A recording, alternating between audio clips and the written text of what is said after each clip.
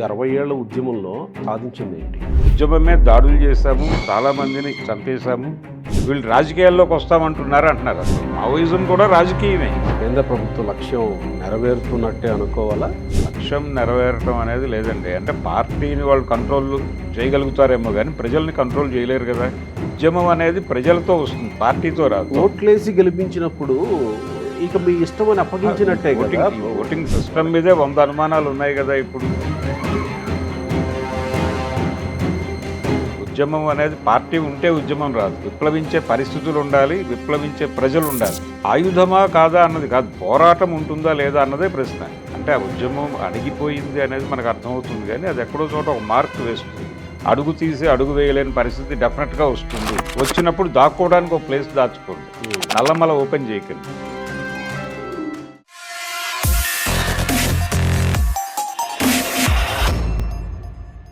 నమస్తే, తెలుగు న్యూస్కి స్వాగతం. 2026 మార్చి నెల చివరి తేదీ. మావోయిస్టుల లొంగుబాటుకు, మావోయిస్టులు లేని భారత్ని చూడడానికి గడువు సమీపిస్తుందనే అనుకోవాలేమో అనేలాంటి పరిస్థితులే మనకు కనబడుతున్నాయి. నిన్న తిప్పిరి తిరుపతి అలియాస్ దేవ్జీ లొంగుబాటు తర్వాత ఇంకా కొంతమంది ఉన్నారు తెలంగాణలో. వాళ్ళు కూడా మేబీ త్వరలోనే లొంగిపోయే అవకాశం ఉందేమో అనే చర్చల నేపథ్యంలో దాదాపు 60 ఏళ్ల ఈ ఉద్యమంలో మావోయిస్టులు సాధించింది ఏంటి? ఇప్పుడు ఎందుకు ప్రభుత్వాల చేత సాధింపబడాల్సిన పరిస్థితి వచ్చింది? నిన్న దేవ్జీ మాట్లాడారు, వేరే ఉద్దేశాలతో మేము లొంగిపోవట్లేదు, కేవలం ఆరోగ్యం సహకరించక లొంగిపోతున్నాం, ఇక మీదట లీగల్ ఫ్రేమ్వర్క్లో మా బ్యాటిల్ ఉంటుందన్నట్టుగా ఆయన మాట్లాడుతూ వచ్చారు. ఈ లీగల్ బ్యాటిల్ ఎలా ఉంటుంది? మావోయిస్టుల ఈ 60 ఏళ్ల ఉద్యమంలో వాళ్ళు సాధించింది ఏంటి? ప్రస్తుత కేంద్ర ప్రభుత్వ లక్ష్యం నెరవేరుతుందా? నెరవేరినట్టు ప్రకటించేసుకుంటారా? మాట్లాడదాం. మనతో సీనియర్ జర్నలిస్ట్ భరద్వాజ గారు జాయిన్ అవుతున్నారు. నమస్కారం. నమస్తే భరద్వాజ్ గారు. నమస్తే. నా మొదటి ప్రశ్న, ఈ 60 ఏళ్ల ఉద్యమంలో సాధించింది ఏంటి? ఇప్పుడు ఐటీడీఏ అనేటువంటి వ్యవస్థ ఉంది. అవును. ఈ ఐటీడీఏలు రావటానికి ముందు ఒక నేపథ్యం ఉంది, అది శ్రీకాకుళ రైతాంగ పోరాటం. ఆ నేపథ్యంలో ఈ ఐటీడీఏలు అనేవి వచ్చినాయి చాలా స్పష్టంగా. అలాగే చాలా మార్పులు చాలా ప్రాంతాలలో అనేక చట్ట సవరణలు తీసుకురావటంలో నక్సలైట్ ఉద్యమం ఉపయోగపడింది ప్రజలకి. అంటే ఏ ఉద్యమము కూడా ఇప్పుడు గడియారంలో మనకి చిన్న ముళ్ళు కదలిక కనిపిస్తుంది కానీ పెద్ద ముళ్ళు కదలిక కనిపించదు. అది నెమ్మదిగా ఒక అరగంట తర్వాత చూస్తే అది ఇంకో చోట ఉంటుంది. అలాంటి పరిస్థితే ఉద్యమాలది కూడా. అంటే శ్రీకాకుళ ఉద్యమం సెట్ బ్యాక్ అయింది, మొత్తం అందరినీ కాల్చి చంపేశారు వెంగళరావు గారు. అప్పుడు వెంగళరావు గారు హోంమంత్రి, బ్రహ్మానందరెడ్డి గారు ముఖ్యమంత్రి. ఆ టైంలో కూడా ఇదే మాటలు మాట్లాడాడు ఆయన. ఇప్పుడు అమిత్ షా గారు ఏది మాట్లాడుతున్నాడో అదే మాటలు మాట్లాడాడు. వెంపటాపు సత్యం గారిని చంపేసిన తర్వాత ఆంధ్రప్రదేశ్లో, అప్పుడు ఉమ్మడి రాష్ట్రం, ఆంధ్రప్రదేశ్ నుంచి నక్సలిజాన్ని తుడిచేశాను అని ప్రకటించాడు ఆయన, అప్పటి హోంమంత్రి వెంగళరావు గారు. కానీ ఆ తర్వాత మళ్ళీ 3 ఏళ్లలో మొదలైంది.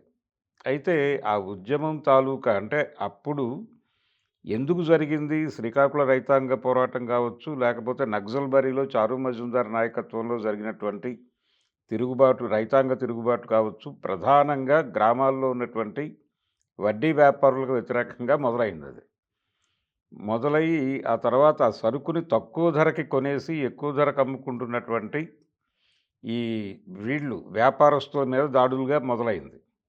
మొదలయ్యి నెమ్మదిగా పోడు భూములు, పోడు వ్యవసాయం, మా భూములు మాకే ఇవ్వాలి, దున్నేవాడికే భూమి నినాదంగా మొదలైంది. ఈ జరుగుతున్నటువంటి ప్రయాణంలో నెమ్మదిగా భారతదేశంలో భూ సంబంధాల మీద ఒక సర్వే చేశారు. ఈ సర్వే ఎలా చేశారంటే విలేజ్ క్యాంపెయిన్ చేయించారు స్టూడెంట్ ఆర్గనైజేషన్తో, రాడికల్ విద్యార్థి సంఘంతో. ప్రతి సమ్మర్లోనూ దళాలు నిర్మించి గ్రామాలకు వెళ్ళి ప్రతి గ్రామంలోనూ అంటే ఒక్కొక్కళ్ళకి ఒక్కొక్క ఏరియా అప్పచెప్పి ఆ ప్రాంతంలో మీరు తిరిగేటువంటి గ్రామాల్లో భూ సంబంధాలు ఏమిటి, ఆ ఊళ్ళో ఎంత భూమి ఉంది, ఆ భూమి ఏ కులాల చేతుల్లో ఉంది, అక్కడ ఎవరు ఏ కులాల వాళ్ళు పనిచేస్తున్నారు దానిలో, దీనికి సంబంధించినటువంటి టోటల్ డేటా తీసుకురమ్మనేది ప్రోగ్రాం. అలా మొత్తం భారతదేశ వ్యాప్తంగా భూ సంబంధాల మీద ఒక అవగాహనకు వచ్చింది.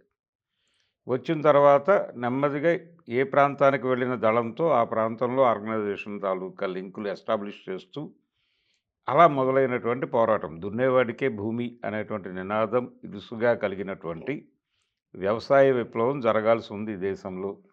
నూతన ప్రజాస్వామిక విప్లవం జరగాలి. ఇది దీర్ఘకాలిక సాయుధ పోరాటంగా ఉంటుంది అనేది ప్రాథమికమైనటువంటి సూత్రం. ఈ క్రమంలో చాలా చోట్ల భూములు ఆక్రమించుకున్నారు. చాలా ప్రాంతాలలో పట్టాలు సాధించుకున్నారు. ఇప్పుడు ఎక్కడ దాకా వెళ్ళక్కర్లేదండి. విజయవాడలో సున్నబట్టీల సెంటర్ అని ఒకటి ఉంటుంది ఇప్పటికీ. అక్కడ రాడికల్ నగర్ అని ఉంటుంది. ఓహో! రాడికల్ నగరే దాని పేరు. హుహు. దాసరి రమణ పేరుతో ఉంటుంది. అక్కడ ఒక స్తూపం ఉంటుంది. అవి రాడికల్స్ అంటే అప్పుడు పీపుల్స్ వార్ నాయకత్వంలో అక్కడ ఉన్నటువంటి ఆటో డ్రైవర్లు, రిక్షా పుల్లర్లు వీళ్ళందరూ కలిసి ఆక్రమించుకుని పట్టాలు సాధించుకున్నారు. ఇలాంటి చాలా చోట్ల చాలామంది దాని తాలూకా ఫలితాలు అనుభవిస్తున్నటువంటి వాళ్ళు ఉన్నారు. గుంటూరులో జరిగినాయి అలాంటివి. ఇలా పొలాల అంటే తెలంగాణలో కూడా చాలా చోట్ల పొలాల్లో ఎర్ర జెండాలు పాతి పట్టాలు సాధించుకున్నవి ఉన్నాయి, సాధించుకోలేకపోయినవి కూడా ఉన్నాయి. అయితే కొన్ని సందర్భాల్లో ఈ పోరాటం వలన మేలు పొందిన వాళ్ళు కూడా ఉన్నారు. అంటే ల్యాండ్ లార్డ్స్లోనే. అంటే ఎర్ర జెండాలు పాతేసిన తర్వాత పొలాలు అక్కడ వ్యవసాయం చేయలేము, వీళ్ళని తట్టుకోలేము, వీళ్ళ నుంచి ప్రమాదం ఉంటుంది అని భయపడి గ్రామాలు వదిలేసి హైదరాబాద్ పారిపోయి వచ్చేసినటువంటి చాలామంది భూస్వాములు ఇక్కడికి వచ్చిన తర్వాత వ్యాపారాల్లోకి ప్రవేశించారు. ఆ రకంగా మంచే జరిగిందంటారా వాళ్ళకి? డెఫినెట్గా మంచి జరిగింది. హ్మ్. మంచి జరిగింది. తర్వాత మీకు టీఆర్ఎస్ గవర్నమెంట్ వచ్చిన తర్వాత వీళ్ళందరికీ గుర్తింపు దొరికింది. వీళ్ళ భూములకి గుర్తింపు దొరికింది. వీళ్ళ పేరుతోనే ఉన్నాయి పట్టాలు. ఓకే. ఆ ధరణిలో వాళ్ళ పేర్లే వాళ్ళ పేర్లే వచ్చినాయి. రైతు బంధు వాళ్ళకే రైతు వచ్చింది. బంధు వాళ్ళకే వచ్చింది. రైతు హ్మ్. బంధు అనే ప్రోగ్రామే అది. హ్మ్. వీళ్ళని అధికారిక యజమానులుగా గుర్తించడమే ప్రోగ్రాం. హ్మ్. అప్పటికి వీళ్ళందరూ ఇక్కడ సెటిల్ అయిపోయారు. హ్మ్. వీళ్ళు అపోలో లాంటి హాస్పిటల్‌లు పెట్టుకుని ఎస్టాబ్లిష్ అయిపోయారు. హుహు. రకరకాల వ్యాపారాల్లోకి వచ్చేసారు. హుహు. వచ్చేసిన తర్వాత సడన్‌గా వాళ్ళకి ఆ భూమి వచ్చింది. మీరు గడీలకి మళ్ళీ రంగులేసుకోండి అని కూడా చెప్పారు వాళ్ళు. హ్మ్. ఇటువంటి ప్రయోజనం పొందినటువంటి సందర్భాలు ఉన్నాయి. భూములు కోల్పోయిన సందర్భాలు కూడా ఉన్నాయి హ్మ్. కొన్ని ప్రాంతాల్లో. అంటే సీరియస్‌గా రెవెన్యూ పట్టాలు సాధించాలి అని చెప్పి లీగల్ ఫైట్ చేసిన చోట్ల సాధించుకోగలిగారు. నెల్లూరు జిల్లాలో కూడా అలా సాధించుకున్నారు. హుహు. ఇలా చాలా అయితే ప్రధానంగా పీపుల్స్ వార్ కావచ్చు, అంతకుముందు ఎంఎల్ పార్టీ చారు మజుందార్ నాయకత్వంలో ఉన్నటువంటి ఎంఎల్ పార్టీ కావచ్చు, ఈ దేశ ప్రజలకి ఒక ధైర్యాన్ని ఇచ్చింది. అంటే ప్రజాయుద్ధం జరగాల్సి ఉంది. అంటే మీ యుద్ధం మీరే చేసుకోవాలి. మీ తరఫున ఎవరు పనిచేయరు. గ్రామాలకు తరలినటువంటి విద్యార్థులు కూడా ప్రజలతో ఇదే చెప్పారు. మీ తరఫున ఎవరో పోరాటం చేస్తారు అనేటువంటి భ్రమ నుంచి ముందు బయటకు రండి. మీకేం కావాలో దాని మీద మీరు రోడ్డు మీదకి వచ్చినప్పుడు మాత్రమే ఆ పనులు సాకారం అవుతాయి. మీరు రోడ్డు మీదకి వస్తే మీతో పాటు మేము కూడా నడుస్తాం. అంటే చాలా స్పష్టంగా ప్రజలకి ముందు నడవటము తప్పే, ప్రజలకు వెనక నడవటము తప్పే, ప్రజలతో నడవటం మాత్రమే చేయాలి అనేటువంటి ఒక విధాన రూపకల్పనతో మొదలైంది ఇది. మొదలై ప్రజలకి ఉద్యమించాలి అనేటువంటి స్పృహని కలిగించడంలో సక్సెస్ అయింది మూమెంట్. చాలా సందర్భాల్లో చాలా ప్రాంతాలలో జనాల్ని కదిలించినటువంటి చరిత్ర అయితే ఉంది. కాబట్టి ఇవన్నీ సాధించిన విజయాలే. అయితే 90 వరకు ఇదొక దశ. 90 తర్వాత మన దేశంలోకి మార్కెట్ ఎకానమీ ప్రవేశించిన తర్వాత ప్రభుత్వాలు కార్పొరేట్ల పరమైపోవడం, అంటే కార్పొరేట్లను ఫెసిలిటేట్ చేసే ఏజెన్సీలుగా మారిపోవటం వలన వాళ్ళు ఈ దేశంలో అంటే కార్పొరేట్లు ఇక్కడికి వచ్చి పరిశ్రమలు పెట్టినప్పుడు ఇక్కడ ఉద్యమాలు, ఆందోళనలు ఇలాంటివేవి ఉండవు అనేటువంటి గ్యారంటీ ఇవ్వాల్సి వస్తుంది వీళ్ళు. ఆ గ్యారంటీ ఇవ్వాల్సి వచ్చిన సందర్భంలో ఇక్కడ ఉన్నటువంటి ఉద్యమకారుల్ని, విప్లవకారుల్ని కంట్రోల్లోకి తీసుకోవాల్సిన అవసరం ఉంటుంది. అందుకని కాన్సంట్రేషన్ పెరిగింది. ఇది బీజేపీ ప్రభుత్వమో లేకపోతే ఎన్డీఏ ప్రభుత్వమో మొదలుపెట్టిన వ్యవహారం కాదు. ఎప్పుడైతే పివి నరసింహారావు గారి నాయకత్వంలో డంకెల్ డ్రాఫ్ట్ మీద సంతకం పెట్టారో ఆ క్షణమే మన్మోహన్ సింగ్ గారు ఆయన నాయకత్వంలో జరిగినటువంటి వ్యవహారం ఇది. ఆయన మొదటిసారి ఆర్థిక మంత్రిగా ఉంటూ హోంమంత్రిత్వ వ్యవహారాల్లో జోక్యం చేసుకుని నక్సల్ ప్రభావిత రాష్ట్రాల ముఖ్యమంత్రుల సమావేశాలు, డీజీపీ సమావేశాలు ఓహో! అక్కడి నుంచే మొదలయిందా? ఆ! ఓకే. ఆయనే. హ్మ్. ఆద్యులు వారే. హ్మ్. Manmohan Singh, PV PV Narasimha Rao. నరసింహారావు. హ్మ్. వాళ్ళ నేతృత్వంలో మొదలైనటువంటి వ్యవహారం అది. హ్మ్. ఇలా మొదలై దానికి ఆపరేషన్ గ్రీన్ హంట్ అన్నారు. ఇలా మొదలై ఆపరేషన్ ప్రహారు, ఇప్పుడు ఆపరేషన్ కగారు ఈ దశకొచ్చాం. సో, కాంగ్రెస్ పార్టీ ఏదైతే చేసిందో, యూపీఏ ఏం చేసిందో దానికి కొనసాగింపే ఎన్డీఏ చేస్తోంది. హ్మ్. కాబట్టి ఇదే కాదండి. ఇప్పుడు ఇక్కడ ఉమ్మడి ఆంధ్రప్రదేశ్ తీసుకుంటే 95లో ముఖ్యమంత్రి అయినటువంటి చంద్రబాబు నాయుడు హయాంలో కూడా తీవ్రమైన నిర్బంధం అమలైంది. అంతకుముందు రామారావు గారి టైంలో కూడా నిర్బంధం అమలైంది. చంద్రబాబు టైంలో కోవర్ట్ ఆపరేషన్లు ఇవన్నీ జరిగి చాలా మేజర్ నాయకత్వం నష్టపోయింది ఇక్కడ. నల్లా ఆదిరెడ్డి గారు లాంటి నాయకుల్ని కోల్పోయారు ఆ టైంలో. సంతోష్ రెడ్డి వీళ్ళందరినీ కోల్పోయింది ఆ టైంలోనే. ఇది నడుస్తున్నటువంటి టైం ఇది అయిపోయిన తర్వాత అంటే చంద్రబాబు పాలనలో తీవ్రమైన నిర్బంధం అమలు జరగటం. దీని నుంచి ఈ నిర్బంధం నుంచి బయటకు రావాలి అనేటువంటి మూడ్‌లో ఆ తర్వాత అధికారంలోకి వచ్చి నిజానికి ఆ ఎన్నికలు 2004 ఎన్నికలు నక్సల్ రెఫరెండంతో జరిగింది. చంద్రబాబు మీద అలిపిరిలో అవును. జరిగినటువంటి దాడి, అవును. ఆ సంఘటన జరిగిన తర్వాత ఆయన నక్సల్ ఎజెండాతో ఎన్నికల్లోకి వెళ్తున్నాను నేనని ముందస్తు ఎన్నికలకి వెళ్ళాడు చంద్రబాబు గారు. వెళ్ళినప్పుడు నేను నక్సలైట్లని సమర్థిస్తున్నాను. నేను అధికారంలోకి వస్తే వాళ్ళతో చర్చలు జరుపుతాను. అన్ని సమస్యలు పరిష్కరిస్తాను. వాళ్ళు ఆక్రమణలో ఉన్నటువంటి భూములకు పట్టాలిస్తాను దాకా మాట్లాడేశాడు రాజశేఖర రెడ్డి గారు. మాట్లాడేసిన తర్వాత ఓట్లు పడ్డాయి. పని అయిపోయింది. ఆ తర్వాత ఆయనకి చర్చల పట్ల ఏమాత్రమూ చిత్తశుద్ధి లేదు. ఏది అధికారం వచ్చిన మరుక్షణమే ఆయన తన సహజ ధోరణి ప్రదర్శించాడు. ఎందుకంటే చర్చలు మొదలైన రోజు ఆయన లేడు. జానారెడ్డి గారు మొదలుపెట్టాడు అది.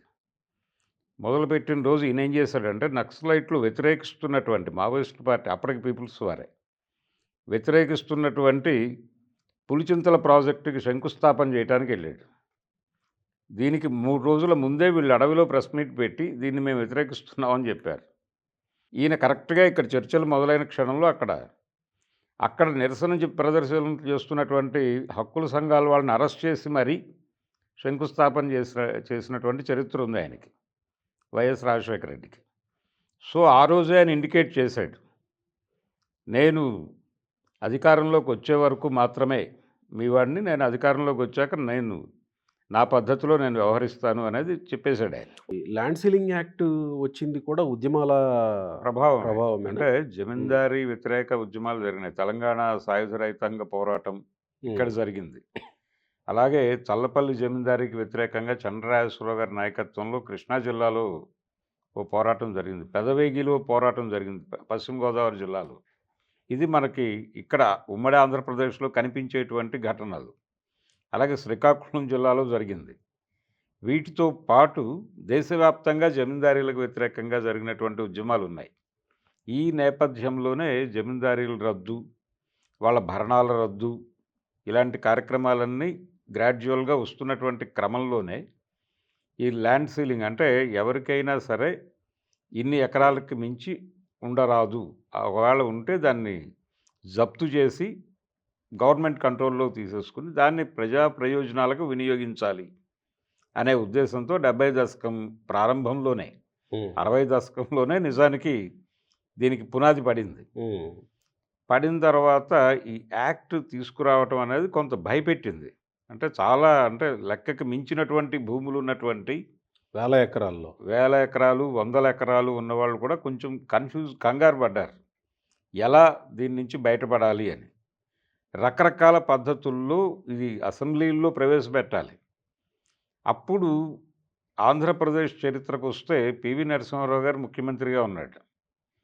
ఆయన ఇది ప్రవేశపెట్టాలి. వ్యవసాయ శాఖ మంత్రి కాకాని వెంకటరత్నం. ఈయన అసెంబ్లీలో అది ప్రతిపాదించడానికి ముందు అదే టైంలో సుప్రీంకోర్టు ఓ జడ్జిమెంట్ ఇచ్చింది. ముల్కీ నిబంధనలు అనేవి అమలు జరగటం తప్పేం కాదు హైదరాబాదులో అని.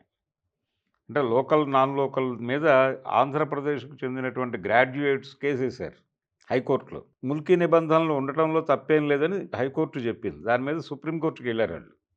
సుప్రీంకోర్టు 72లో హైకోర్టు నిర్ణయాన్ని సమర్థిస్తూ జడ్జిమెంట్ ఇచ్చింది. దానికి వ్యతిరేకంగా ఆంధ్రప్రదేశ్ నిరుద్యోగులందరూ ఒక ఉద్యమం మొదలుపెట్టారు. ఓకే. అది జయాంధ్ర ఉద్యమం. ఓకే. మేము ఓకే. మేము మాకు రాజధాని అని చెప్తున్న ప్రాంతంలో మేము పరాయోళ్ళం అన్నప్పుడు, మాకింకా రాష్ట్రంతో సంబంధం ఏముంది? ఆ రాజధానితో సంబంధం ఏముంది? మాకు విడిగా రాష్ట్రం ఇచ్చేయండి. మేము ఎక్కడైతే లోకల్ అవుతామో అక్కడ మాకు రాష్ట్రం ఇచ్చేయండి. మా ఉద్యోగాలు మాకు కావాలి అనే ఉద్దేశంతో మొదలైందది. దాన్ని ఒక నెక్స్ట్ ఫేజ్‌కి తీసుకెళ్ళటానికి కాకాని గారు దోహదపడ్డారు. ఈ దోహదపడటం ఆయన వెనకాల పనిచేసినటువంటి శక్తులు, ఆలోచనలు ఏమిటంటే, నరసింహారావు గారు ప్లాన్ చేయబోతున్నటువంటి ఈ ల్యాండ్ రిఫార్మ్ యాక్ట్‌ని కొంచెం డ్రాగ్ చేయటానికి, ఒక వెసులుబాటు తీసుకోవటం కోసం వీళ్ళందరూ వెళ్ళి దానికి మద్దతు ప్రకటించారు. ఈ ప్రకటించి గ్యాప్ తీసుకున్నటువంటి టైంలో ఇవన్నీ కూడా రకరకాల పేర్లతో వీళ్ళు రిజిస్ట్రేషన్లు చేసేసుకుని అంతా కూల్ అయిపోయిన తర్వాత మళ్ళీ ఇందిరాగాంధీకి సరెండర్ అయిపోయి ఈ ఉద్యమాన్ని ఓకే. హోల్డ్ చేశారు, జయాంధ్ర ఉద్యమాన్ని. ఇది అలా ఈ జయాంధ్ర ఉద్యమము దాన్ని ఇమ్మీడియట్‌గా కంట్రోల్‌లోకి తీసుకోవటము అనే కార్యక్రమం, ఆ వెసులుబాటు, ఆ ఉద్యమం జరిగినంత టైంలోనూ రకరకాల పద్ధతుల్లో సెటిల్ చేసుకున్నారు. సెటిల్మెంట్లు ఎప్పుడైతే క్లారిఫికేషన్ వచ్చిందో ఆటోమేటిక్‌గా వీళ్ళందరూ సీన్‌లో నుంచి తప్పుకున్నారు. పొలిటీషియన్స్ అందరూ తప్పుకున్న తర్వాత ఆవిడ కంట్రోల్‌లోకి తీసేసుకుంది వీళ్ళని, ఇందిరాగాంధీ గారు. కంట్రోల్‌లోకి తీసుకొని ఉద్యమాన్ని, సిఆర్‌పిని ప్రయోగించి మొత్తానికి జయాంధ్ర ఉద్యమాన్ని కంట్రోల్ చేసేసి పక్కకి నెట్టేశారు. ఇది జరిగినటువంటి చరిత్ర. దాని వెనకాల కూడా ఉద్యమాలు ఉన్నాయి. అంటే ఉద్యమాలు సాధించినటువంటి విజయాల్లో ఇది కూడా ఉంది. ల్యాండ్ సీలింగ్ యాక్ట్ కూడా. ల్యాండ్ సీలింగ్ యాక్ట్ కూడా ఉద్యమాల ప్రభావం వలన వచ్చిందే. అది జమీందారీ వ్యతిరేక ఉద్యమాలు, తెలంగాణ సాయుధ రైతాంగ పోరాట ప్రభావం కూడా ఉంది దాని వెనకాల. ప్రత్యేక తెలంగాణ కాదు, అది వేరు. అది ఆంధ్రప్రదేశ్ ఏర్పడిన తర్వాత మొదలైనటువంటి వ్యవహారం. కాబట్టి ఈ ఉద్యమాల నేపథ్యం వల్లనే చాలా చట్టాలు వచ్చినాయి. రైట్. రకరకాల రాజ్యాంగ సవరణలు రావడానికి కూడా ఉద్యమాలే దోహదపడ్డాయి. అందుకని ఉద్యమాల అంటే ఆ ఉద్యమం అణిగిపోయింది అనేది మనకు అర్థమవుతుంది, కానీ అది ఎక్కడో చోట ఒక మార్క్ వేస్తుంది. ఒక్క మాట సార్, ఇక్కడ అంటే మనం మావోయిస్టులు సాధించిన విజయాల గురించి మాట్లాడుతున్నాం. బహుశా ఇది సందర్భమో అసందర్భమో ఏదో ఒకటి ప్రస్తావన వచ్చింది కాబట్టి అడుగుతున్నా. ఆ మధ్యకాలంలో ఒక వ్యక్తి ఒక కామెంట్ చేశాడు, ఒక పెద్దాయన. చంద్రబాబు నాయుడు అధికారంలో ఉండగా ఏ జిల్లాకు వెళుతుంటే ఆ జిల్లా ఎస్పీని ఎన్ని తలలిస్తున్నావు నాకు అని అడిగేవాడట అన్నాడు అతను కూడా. అందులో ఉన్న వాస్తవం ఎంత? అంటే తలలు అంటే 2 అర్థాలు ఉన్నాయండి దీనిలో. అంటే ప్రత్యేకంగా ఈ మావోయిస్టుల గురించి అనేది జరిగిన చర్చ. అది వాస్తవమే. అయితే ఈ తలలు అంటే తలల మీద వెలలు ప్రకటించారు. తలల మీద వెలలు ప్రకటించిన తర్వాత ఎంతమందిని సరెండర్ చేసుకుంటున్నారు, ఎంతమందిని తొలగిస్తున్నారు అనేదే కాంటెక్స్ట్. చంద్రబాబు నాయుడు గారి హయాంలో అంటే కోవర్ట్ ఆపరేషన్స్కి మొదలు ఈయన చేసింది ఏంటంటే, ప్రతి జిల్లాకి అకౌంట్ చెప్పాల్సిన అవసరం లేనటువంటి నిధులు సరఫరా చేశారు. పర్టికులర్గా ఎస్ఐబికి, ఇంటెలిజెన్స్ వింగ్కి. ఎందుకు అంటే, అబ్జర్వ్ చేయండి, అది పార్టీ తాలూకా సింపథైజర్స్ కావచ్చు, ఎవరైనా కావచ్చు. ఓకే. బలహీనతల మీద అధ్యయనం చేయండి. వ్యక్తిగత బలహీనతలు ఉంటాయి. ఈ వ్యక్తిగత బలహీనతల మీద అధ్యయనం చేసి ఎవరో ఒకళ్ళు దొరుకుతారు, మీరు సీరియస్గా రెక్కీ చేస్తే అక్కడ మీరు డబ్బులు జల్లండి. డబ్బులు జల్లితే వాళ్ళు అమ్ముడిపోతారు. వాళ్ళని కొనండి. ఆ తర్వాత వాళ్ళ దగ్గర నుంచి సమాచారం కొనండి. కొంటే మనం వాళ్ళని కంట్రోల్లోకి తీసుకోవడం చాలా ఈజీ అవుతుంది అనే ఉద్దేశంతో అలా ఈ ప్రయాణంలో మీరు కొంచెం డబ్బులు ఎక్కువ ఖర్చు పెట్టాల్సి వస్తుంది. మీరు భయపడకండి, మీరు ఎంతైనా ఖర్చు పెట్టండి, పర్వాలేదు, నో ఇష్యూస్ అని చెప్పి అలాంటి ఫండ్స్ ఇచ్చినటువంటి సందర్భం ఉంది. ఆ టైంలో అడిగినటువంటి ప్రశ్నలు ఇవి. మీరన్నటువంటి హ్మ్. ఎన్ని తలలు ఇస్తావు అని. అంటే ఎన్ని తలలు ఇస్తావంటే ఎంతమందిని చంపుతావని మాత్రమే కాదు. హుహు. ఎంతమందిని సరెండర్ చేసుకుంటారు అనేది హుహు. కూడా ఉంది దానిలో సెన్స్. ఆ! అది వాస్తవమేనా? వాస్తవమే. అట్లా అడిగాడు అనేది. అడిగారు. అలాగే హుహు. ఈ కోవర్ట్ ఆపరేషన్ ప్రధానమైన లక్ష్యం ఏంటంటే ఎవరైనా హ్మ్. లొంగిపోవడానికి వచ్చిన సందర్భంలో వాళ్ళకు ఒక టార్గెట్ ఫిక్స్ చేసేవాళ్ళు. హుహుహుహుహు. అంటే నువ్వు వచ్చేయటం కాదు. ఎవరో ఒకళ్ళు కాంట్రాక్ట్‌లోకొస్తారు. హ్మ్. వచ్చినప్పుడు నువ్వు వచ్చేయటం కాదు. హ్మ్. నువ్వు ఏ దళంలో అయితే పనిచేస్తున్నావో ఆ దళాన్ని నిర్మూలించిరా నీకు సాధ్యమైన మేరకు. ఓకే. చేసి ఆ వెపన్స్‌తో వచ్చెయి. హ్మ్. వచ్చేస్తే దాన్ని మేము కన్సిడర్ చేస్తాం. జడల నాగరాజు వీళ్ళందరూ అలా వచ్చిన వాళ్ళే గదా! హ్మ్. నయీం హ్మ్. ఈ బ్యాచ్ అంతా ఆ టైంలో అలా వచ్చిన వీళ్ళే. హ్మ్. ఇలా వీళ్ళు వచ్చిన తర్వాత లోతా తమ్మారావు అని ఒకాయన శ్రీకాకుళం జిల్లాలో ఉండేవాడు. ఆయన కూడా ఇదే కోవర్ట్ ఆపరేషన్ చేసి బయటకొచ్చినవాడే. ఓహో! హ్మ్. వీళ్ళు ఒక గ్రూప్‌గా ఏర్పడి, మాఫియాగా ఏర్పడి, పౌర హక్కుల సంఘాల నాయకులను టార్గెట్ చేసి చంపేసినటువంటి సందర్భం కూడా ఆంధ్రప్రదేశ్ చరిత్రలో ఉంది. హ్మ్. సో, ఇది జరిగిన మాట వాస్తవం. ఈ నిర్బంధం ఇవన్నీ వీటన్నిటి ఫలితమే కొంత ప్రజలు కాంగ్రెస్ వైపు మొగ్గు చూపించటం 2004 ఎన్నికల్లో. అయితే వారు కూడా దీన్నే కొనసాగించారు. వారేమీ దీనికి అతీతంగా లేరు. హ్మ్. మరి 2009లో గూడా గెలిపించారుగా మరి? 2009లో గెలుపు ఆయన డిజైన్ చేసుకున్న గెలుపది. ప్రజలిచ్చిన గెలుపైతే అలా ఉండేది కాదు ఆయన తరపున. ఓకే. హ్మ్. అంటే ఆయన ఇప్పటి వరకు జరిగిన చర్చల గెలుపే అది.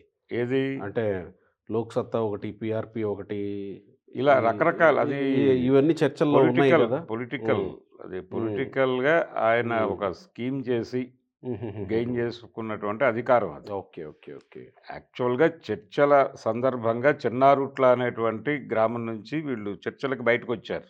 మార్కాపురం దగ్గర. అవును. హ్మ్. ఆ చిన్నారుట్ల దగ్గరే ఫస్ట్ ఎన్‌కౌంటర్ జరిగింది తర్వాత. చర్చలు హ్మ్. ముగిసిన తర్వాత మొదటి హ్మ్. విడత చర్చలు ముగిసాయి.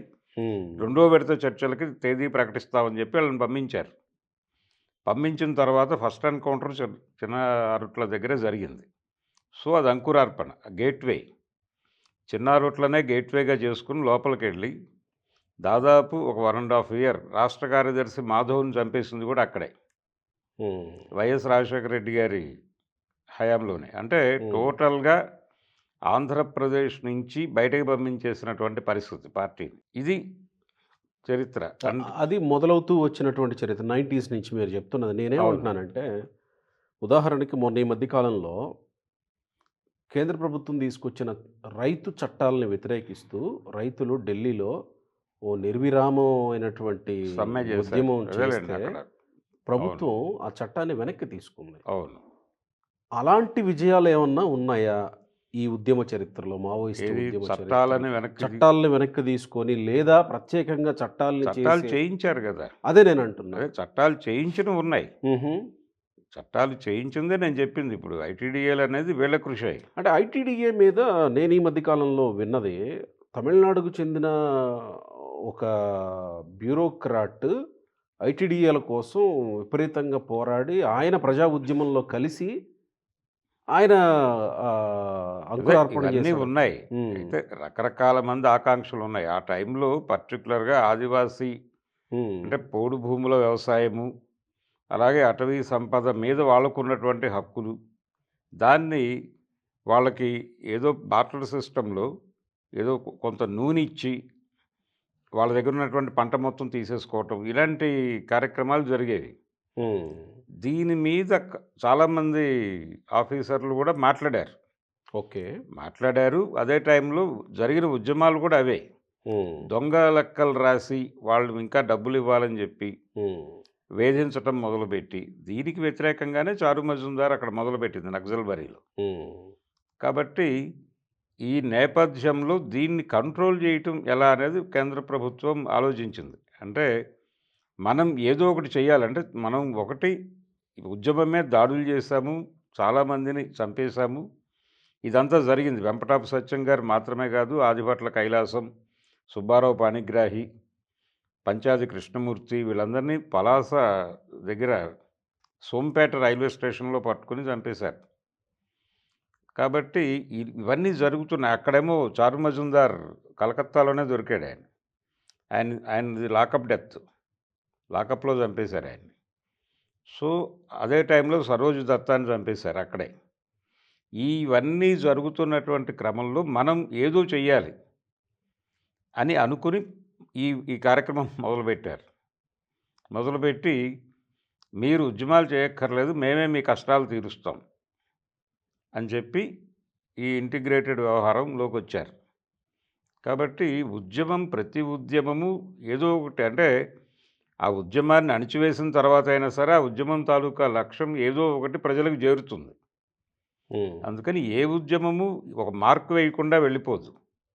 ఇప్పుడు ఎందుకు ప్రభుత్వాల చేత సాధింపబడాల్సి వస్తుంది? అక్కడ సాధించిందేంటి మనం మాట్లాడాం.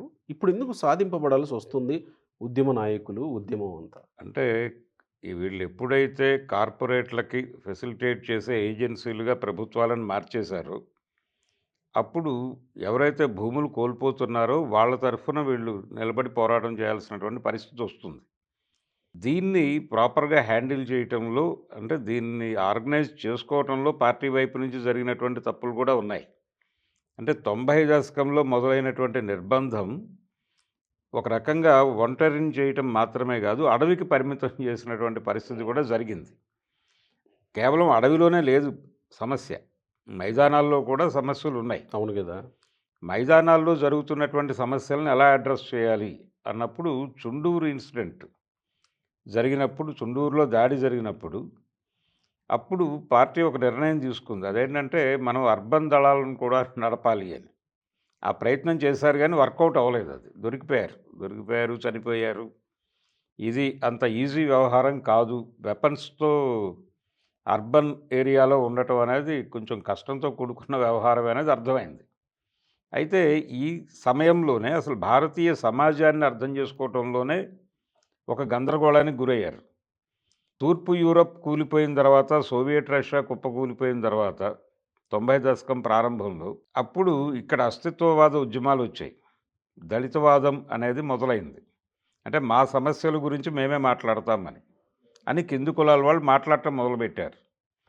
అయితే కమ్యూనిస్ట్ పార్టీలు వాళ్ళని ప్రాపర్‌గా అడ్రస్ చేయటంలో ఫెయిల్ అయ్యారు. అంటే వీళ్ళు అప్పటి వరకు చెప్తూ వస్తున్నది ఏంటి? కులం అనేది అంటే ఇక్కడ పునాది, ఉపరితలం అని 2 ఉంటాయి మార్క్సిస్ట్ అవగాహనలో. కులం అనేది ఉపరితల అంశము అని తేల్చారు వీళ్ళు. అది పునాది అంశం కాదు. పునాది అంశం భూ సంబంధాలే. అవి సెటిల్ అయిపోతే ఇది ఆటోమేటిక్‌గా పోతుంది కులం అనే పద్ధతిలో మాట్లాడారు. కానీ భారత సమాజంలో కులమే వర్గంగా ఆపరేట్ అవుతోంది అనేది ఇప్పుడు కొండపల్లి సీతారామయ్య గారు రాసినటువంటి 'వ్యవసాయ విప్లవం' అనే పుస్తకంలో చాలా స్పష్టంగా ఆయన భూ సంబంధాలని చెప్పాడు. ఏ ప్రాంతంలో ఏ కులం చేతుల్లో భూమి ఉంది అనేది ఆయన టేబుల్స్ వేసి రాశాడు దానిలో. రాసి అంత విశ్లేషించినటువంటి వ్యక్తి మొన్న కూడా మల్లోజుల వేణుగోపాల్ ఒక మాట అన్నాడు. ఎంఎల్ అంటే మాదిగలు లేనోళ్ళ పార్టీ అని చెప్పుకునేవాళ్ళు జనాలు అని. ఆ టైంలో సీతారామయ్య గారు ఒక మాట చెప్పేవాడు. ఈ గ్రామాలకు తరలేటువంటి దళాలకి మీరు ఎట్టి పరిస్థితుల్లోనూ ఊరికెళ్ళి ఒక గ్రామానికి వెళ్ళినప్పుడు ఊరు, పల్లె అంటాం మనం. అవును. ఆ ఊరు, పల్లె లేదా గూడెం. మీరు ఎట్టి పరిస్థితుల్లోనూ ఊళ్ళో ప్రచారం చేయండి కానీ ఊళ్ళో భోజనాలు చేయొద్దు. మీరు పల్లెకో లేకపోతే మాలపల్లికో మాదిగూడెనికో వెళ్ళండి. వెళ్ళి అక్కడ బేసిన్ తీసుకుని అన్ని ఇళ్లల్లోనూ ఫుడ్ కలెక్ట్ చేసి కలిపి ఒకచోట కూర్చుని తినండి అనే ఇండికేషన్. అది దానికి సంబంధించినటువంటి సాహిత్యం కూడా ఉంది. ఆయన సంకలిత రచనలు వచ్చినాయి ఈ మధ్య. ఓకే. కాబట్టి ఈ ప్రోగ్రామ్ అంతా జరిగిన క్రమంలో ఆయన వ్యవసాయ విప్లవం రాసి భారతదేశంలో ఈ కులాలు కూలి పని చేస్తున్నాయి, ఈ కులాలు ఆధిపత్య కులాలు ఉన్నాయని ఇంత రాసినవాడు ఇక్కడ జరగవలసినది ఒక రకమైన కుల పోరాటమే. ఇప్పుడు కారంచేడు, చుండూరు ఇవన్నీ ఎందుకు జరిగినాయి అంటే అది ఒక రకమైన కుల ఘర్షణ. ఈ మధ్య కూడా చూసాం కదా మనం. పశ్చిమ గోదావరి జిల్లా గరగపర్రులో అది ఎస్సీ మహిళ సర్పంచ్ సీటు. ఒక అమ్మాయి గెలిచింది అక్కడ సర్పంచ్గా గెలిచి ఊళ్ళో చెరువు గట్టు మీద అల్లూరి సీతారామరాజు విగ్రహం ఉంటుంది. అక్కడ అది రాజులు గ్రామం. అయితే అక్కడ అంబేద్కర్ విగ్రహం పెట్టాలంటే ఊళ్ళో వాళ్ళందరూ వ్యతిరేకించారు. సీతారామరాజు ఎదురుకుండా అంబేద్కర్ ఏమిటి అని. గొడవైంది. ఆ మాలపల్లి మీద దాడి జరిగింది. పెద్ద ఇష్యూ అయిందది. అంటే కుల వివక్ష అనేది స్టిల్ ఈ రోజుకి ఉంది మార్కెట్‌లో అనేది మనకు అర్థమవుతుంది. ఆ! ఈ మధ్య కాలంలో కొండేపి నియోజకవర్గం బిట్రగుంట అనే గ్రామంలో అవును. అంబేద్కర్ జయంతి రోజో, వర్ధంతి రోజో అంబేద్కర్‌ని ఊరేగించుతూ ఆహ్, అగ్రకులాల బజారులో గుండా పోతా ఉంటే, ఆ! "మీ దగ్గర జేసుకోండయ్యా, మా వీధుల్లోకి ఎందుకు" అని అడ్డుకొని అక్కడ పెద్ద గొడవైన గొడవ సందర్భం. గొడవైంది. అదే హ్మ్. గరగపర్రులో జరిగింది కూడా. విచిత్రం ఏంటంటే సీతారామరాజు ఏమో ఆదివాసీల కోసం పనిచేశాడు. హ్మ్. ఇక్కడ వీళ్ళు అంబేద్కర్‌ని పెడతారంటే ఆయన ముందు అంబేద్కర్‌ని పెట్టడం ఏమిటని గొడవ అక్కడ. హ్మ్. వీళ్ళు దాడి చేసి కొట్టారు. కేసులు పెట్టింది గవర్నమెంటు. హ్మ్. జైలుకెళ్లారు. అక్కడ ఉన్నటువంటి అగ్రకులం వాళ్ళని అరెస్ట్ చేసి జైలుకి పంపించారు. హ్మ్. కేసు కట్టి. ఏది జ 2019కి ముందు జరిగినటువంటి ఇన్సిడెంట్ ఇది. హ్మ్. కాబట్టి ఈ కుల వివక్ష ఇవన్నీ ఉన్నాయి సమాజంలో. ఇప్పుడు జరగవలసింది ఇక్కడ జరగవలసింది వర్గ పోరాటం కాదు, కుల పోరాటమే అనే స్పృహతో ఈ దళితవాదం ముందుకొచ్చినప్పుడు వాళ్ళని హక్కును చేర్చుకొని ముందుకు కదలటంలో అంటే పునాది పోరాటం గాదు, ఉపరితల పోరాటం జరగాలి అనేదా? ఆ! ఓకే. ఉపరితలాంశంగా కులాన్ని చూడటం అనేది కాదు. హ్మ్. హ్మ్. అదే అదే పునాది. పునాదిగా జూడాలా? ఓకే. అదే పునాదిగా ఓకే. చూడటం ఓకే. అనే ఓకే. దగ్గర ఒక ఫెయిల్యూర్ నడిచింది. ఓకే. అక్కడి నుంచి వీళ్ళు వాళ్ళని అనుమానంగా చూడటం, వాళ్ళు వీళ్ళని అనుమానంగా చూడటం అనే పరిస్థితికి తయారైంది. ఓకే. ఓకే. ఓకే. ఓకే. హ్మ్. అలాగే కారంచేడు పోరాటంలో కూడా వాళ్ళకి వెన్నుదన్నుగా నిలబడింది ఆ రోజున పీపుల్స్ వార్ పార్టీనే. హ్మ్. పద్మారావు గారు కూడా ఉన్నారు గానీ, నిజానికి ఆ శిబిరం ఆర్గనైజ్ చేయటం ఇదంతా చేసింది పీపుల్స్ వార్ నాయకులే. హ్మ్. ఆ ప్రయాణంలో భాగంగానే దగ్గుపాటి చెంచురామయ్య గారి మీద దాడి అవును. జరిగింది. అవును గదా! హ్మ్. జరిగింది. ఆ తర్వాత ఆ కేసు కొట్టేశారనుకోండి. హ్మ్. అయితే అప్పుడు కూడా నిజానికి కారంచేడు ఇన్సిడెంట్ దగ్గర నుంచి దళిత చేతన మొదలైంది. ఆలోచన మొదలైంది.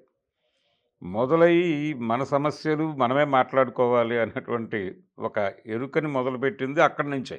85, 90కి అది పీక్స్‌కెళ్ళింది. ఆ వెడుతున్న క్రమంలో వాళ్ళకి దగ్గరవ్వటం అంటే కుల సమస్యని కాన్షియస్‌గా మాట్లాడటం అనేది జరగల.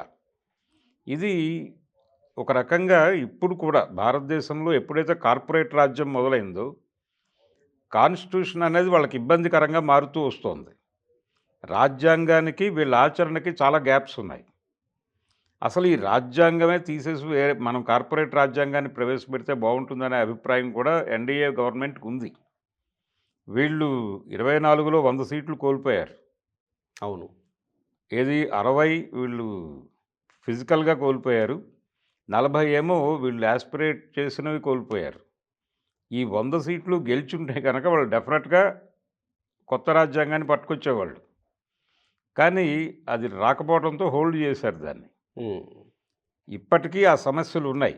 ఈ హ్మ్. రాజ్యాంగం అనేది అడ్డం పెట్టుకుని ఇక్కడ చాలా సమూహాలు బతుకుతున్నాయి. అది దళితులు గావచ్చు, మైనారిటీలు గావచ్చు. రాజ్యాంగం ఇచ్చిన హక్కులు మేరకు మేము బతుకుతున్నాం అనే ఉద్దేశంతో వాళ్ళు ఉన్నారు. ఈ టైంలో కాన్స్టిట్యూషన్ మీద కూడా కొంచెం యారగెంట్‌గా మాట్లాడటం అనేది జరిగింది ఇటునుంచి. విప్లవోద్యమం వైపు నుంచి. అంటే చెరబండరాజు అనేటువంటి కవి "ఈ దొంగల రాజ్యాంగం రచనే ఓ కుట్ర అని చాటండి" అని రాశాడు. అంటే ఆయన ఒక కాంటెక్స్ట్‌లో రాశాడు. కానీ ఇక్కడ ఆ కాన్స్టిట్యూషన్‌ని ఎలా అర్థం చేసుకోవాలి అనే విషయంలో దాని నుంచి వచ్చేటువంటి కొన్ని ప్రయోజనాలు పొందుతున్నటువంటి సెక్షన్స్ వైపు మనం నిలబడాల్సినటువంటి అవసరం ఉంటుంది. వాళ్ళకి భరోసా ఇవ్వాలి అనేటువంటి యాంగిల్ లోపించటం వలన వాళ్ళు కొంచెం డీవియేట్ అయ్యారు. ఇప్పుడు నిన్న తిప్పిరి తిరుపతి గారు మాట్లాడారు మీడియా ముందుకొచ్చి. అంటే సరెండర్‌లు ఇవన్నీ ఎందుకు జరుగుతున్నాయనేది కూడా చూడాలి మనం. అంటే కార్పొరేట్ వ్యవస్థ వచ్చేసిన తర్వాత అనివార్యంగా ఈ దేశంలో ఉద్యమాలు, విప్లవాలు లేకుండా మేము చూసుకుంటామని గ్యారంటీ ఇచ్చి వీళ్ళ మీద ఆపరేషన్ మొదలుపెట్టింది కాంగ్రెస్ ప్రభుత్వమే. ఆ మొదలుపెట్టింది బీజేపీ ప్రభుత్వం కొనసాగిస్తోంది. కొనసాగిస్తుంది. ఈ కొనసాగిస్తున్న క్రమంలో ఒకటి అడవుల నుంచి వేకేట్ చేయించాలి వీళ్ళని. ఎందుకు చేయించాలి? అంటే మైనింగ్ కోసం వాటిని ధారాదత్తం చేయటానికి ఆల్రెడీ కాంట్రాక్టులు ఒప్పేసుకొని ఉన్నారు వీళ్ళు. అక్కడ వీళ్ళుంటే వాళ్ళు మైనింగ్‌కి వెళ్ళటానికి ఇబ్బంది. అందుకని ముందు ఆ ఏరియా ఛత్తీస్‌గఢ్, అబూజ్‌మఠ్ ఏరియా మొత్తం వేకేట్ చేయించారు. ఈ వేకేట్ చేయించిన తర్వాత వీళ్ళు ఎప్పుడైతే బయటకొచ్చేసారో ఈ లొంగుబాట్లు, ఎన్‌కౌంటర్‌లు జరుగుతున్నటువంటి క్రమంలోనే ఒక 3 మంత్స్ బ్యాక్ ఒక వీడియో పెట్టింది ఒక ట్రైబల్ గర్ల్ ఒక అమ్మాయి. మా ఊర్లో ఇదివరకు మూవ్‌మెంట్ ఉండేది. ఏదో అంత ఆగేవాళ్ళు. ఇప్పుడు మా ఊరు చుట్టుపక్కల నేను చూపిస్తానని చెప్పి ఆ అమ్మాయి ఫోన్‌తో చూపించింది. కరెక్ట్. హ్మ్. చూపిస్తే మొత్తం మైనింగ్ వాళ్ళు వచ్చేస్తున్నారు ఊళ్ళల్లోకి చెట్లు హ్మ్. కొట్టేసుకుంటూ. అవును. ఆ చెట్లు కొట్టే ఇది చూపించింది నాకు. చూపించింది. హ్మ్. చూపించి ఇప్పుడు మా ఇళ్ళు కూడా ఉంటాయో ఉండవో అనేది డౌట్ అందావిడ. అయితే హ్మ్. ప్రభుత్వం ఏం చేసిందంటే ఈ ఆదివాసీలని కూడా మావోయిస్ట్ కేటగిరీలో వేసేసి మావోయిస్ట్ రిహాబిలిటేషన్ స్కీమ్‌లోకి వీళ్ళని తీసేసుకుని టోటల్ ట్రైబల్స్‌ని తీసేసుకుని రిహాబిలిటేషన్ క్యాంప్స్ ఏర్పాటు చేసి అక్కడికి వీళ్ళని తరలించేసి వాళ్ళకొక అంటే డబుల్ బెడ్‌రూమ్ ఇళ్ళు ఇలాంటివి. అంటే మనకి బాంబే కాలనీసు ఇలాంటివి నిర్మించేసి అక్కడికి వీళ్ళందరినీ షిఫ్ట్ చేసేసి టోటల్ ఫారెస్ట్ ఏరియాని కార్పొరేట్‌లకు అప్పచెప్పడం అనే కార్యక్రమం నడుస్తోంది ఇప్పుడక్కడ. అంటే ఇక్కడ 2 విషయాలు. ఒకటి ప్రభుత్వం కార్పొరేటీకరణ వైపు మొగ్గు చూపడం వల్ల ఈ పరిస్థితి మావోయిస్టులకి. 2 మీరిందాక ముందుగా చెప్పినట్టు పునాదే కులంగా చూడడం వల్ల పొరపొచ్చాలొచ్చాయి అని అన్నారు అది గదా! అవగాహనకు సంబంధించిన సమస్య మాత్రమే కాదు. హ్మ్. ఇప్పుడు ఇక్కడి నుంచి అది గనక జరిగి ఉండకపోతే ఇక్కడ బేస్ ఉండేది. మీకు సమాజంలో ఒక బేస్ కోల్పోయిందిక్కడ. హ్మ్. కోల్పోయి అక్కడికి పరిమితం అయ్యారు హ్మ్. అడవికి. హ్మ్. అలా కాకుండా ఇప్పటికీ రాజ్యాంగాన్ని అడ్డం పెట్టుకుని బతుకుతున్నటువంటి సమూహాలున్నాయి. హ్మ్. అది మైనారిటీలు గావచ్చు, దళితులు గావచ్చు, ఎవరైనా కావచ్చు. అవును. హ్మ్.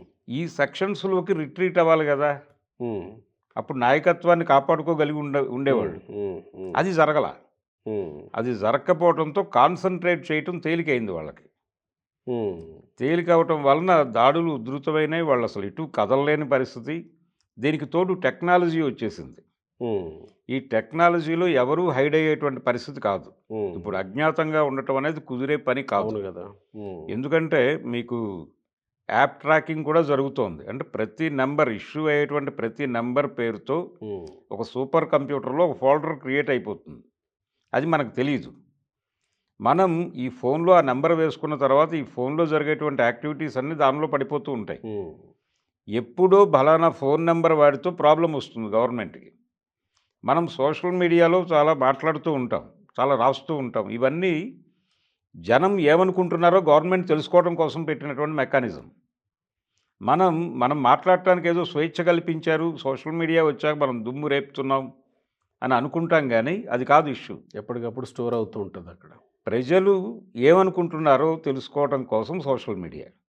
ఇంటెలిజెన్స్ వాళ్ళు మీటింగులకొచ్చి నోట్స్ రాసుకొని ఎళ్ళేవాళ్ళు ఆ పాత రోజుల్లో. ఇప్పుడు అక్కర్లేదు. మనం సోషల్ మీడియాలో దొరికేస్తుందిగా. ఏం మాట్లాడుతున్నామో, మన అభిప్రాయాలేమిటో స్పష్టంగా చెప్తున్నాం మనం. హ్మ్. ఇవి రికార్డ్ అవుతాయి. హ్మ్. కాబట్టి ఎవడు ఏమిటి అనేది తెలుసు వాళ్ళకి. హ్మ్. ఇది మార్కెట్ అవసరాలకి కావాలి. హ్మ్. అంటే వీళ్ళ అభిరుచులేంటి, టేస్ట్‌లేంటని తెలిస్తే వీళ్ళకి ఏమి అమ్మాలో తెలుస్తుంది. అవును. అదొక ప్రోగ్రామ్. అవును. అలాగే కొంచెం ఎక్స్‌ట్రీమ్ అభిప్రాయాలున్న వాళ్ళని ఎలా కంట్రోల్‌లోకి తీసుకోవాలి అనేది జరుగుతుంది. అంటే శాంతి భద్రతలు, మార్కెట్టు. హ్మ్. ఈ 2 ప్రయోజనాల కోసం సోషల్ మీడియా ఆవిర్భవించింది అనేటువంటి స్పృహ కూడా లేకుండా బిహేవ్ చేయటం జరిగింది. హ్మ్. స అన్‌లిమిటెడ్ డేటా ఇచ్చి. ఇదంతా ప్రోగ్రామే. హ్మ్. హ్మ్. ఇదంతా ప్రోగ్రామ్డ్‌గా జరిగినటువంటి ఓకే. వ్యవహారం. ఓకే. అయితే ఇలా బ్రెయిన్స్ దగ్గర నుంచి కంట్రోల్‌లోకి తీసేసుకున్న తర్వాత ఎవరు హైడ్ అయ్యేటువంటి పరిస్థితి కాదు. ఇది హైడ్ కాలేకపోవడంతో పాటు రిక్రూట్‌మెంట్ చేయడం విషయంలో కూడా అనుకున్న స్థాయిలో అంటే అసలు రిక్రూట్‌మెంట్ అసలు జరగని ఇదే. రిక్రూట్‌మెంట్‌లకు సంబంధించి ఒక గందరగోళం ఉంది. హ్మ్. అంటే మీకు 90 తర్వాత హ్మ్. కార్పొరేట్ విద్య పెరిగిన తర్వాత కెరియర్ ఓరియంటేషన్ అంటే సాంప్రదాయ జీవన విధానం పోయింది అవును. భారతదేశంలో. అవును. పర్టిక్యులర్‌గా 90 నాటికి వ్యవసాయం సంక్షోభంలో ఉంది. ఉండటంతో సాంప్రదాయ జీవన విధానాలు ఈవెన్ ఆంధ్రప్రదేశ్‌లో చంద్రబాబు నాయుడు గారు అప్పుడు పరిపాలించినప్పుడు ఉమ్మడి రాష్ట్రం ముఖ్యమంత్రిగా ఉన్న రోజుల్లో వర్షాలు పడలేదు 3 ఏళ్ళు కంటిన్యూస్‌గా. ఈ ప్రయాణంలో నెమ్మదిగా రకరకాల కారణాల వలన సాంప్రదాయ జీవన విధానాలు దెబ్బతిని, ఆ టైంలో పిల్లల్ని చదివించటమే ఏకైక ప్రోగ్రామ్‌గా మారిపోయి, చదివించాలి, కంప్యూటర్ వైపు నెట్టేయాలి పిల్లల్ని. ఏదో పద్ధతిలో అమెరికానో ఇంకో దేశమో తోసేయాలి అనేటువంటి కాన్షియస్నెస్ పెరిగిపోయి తల్లులు చదువుల మీద ఎక్కువ శ్రద్ధ పెట్టడం మొదలుపెట్టారు తండ్రుల కంటే కూడా. ఉమ్, ఈ పరుగు పందెంలోకి ఎప్పుడైతే సమాజం ఎంటర్ అయిందో కెరియర్ ఓరియంటేషను ఈ ఏరియాలోకి వచ్చేసిన తర్వాత ప్రైవేట్ ఎడ్యుకేషనల్ ఇన్స్టిట్యూషన్స్ తాలూకా ప్రభావం పెరిగింది. అంతకుముందు సమాజంలో ఏం జరిగినా విద్యార్థులు పట్టించుకునేవాళ్ళు. పాల ధరలు పెరిగినా, సిటీ బస్ ధరలు పెరిగినా, సిటీ బస్ టికెట్ రేట్లు పెరిగినా స్టూడెంట్స్ రోడ్డు మీదకి వచ్చేవాళ్ళు.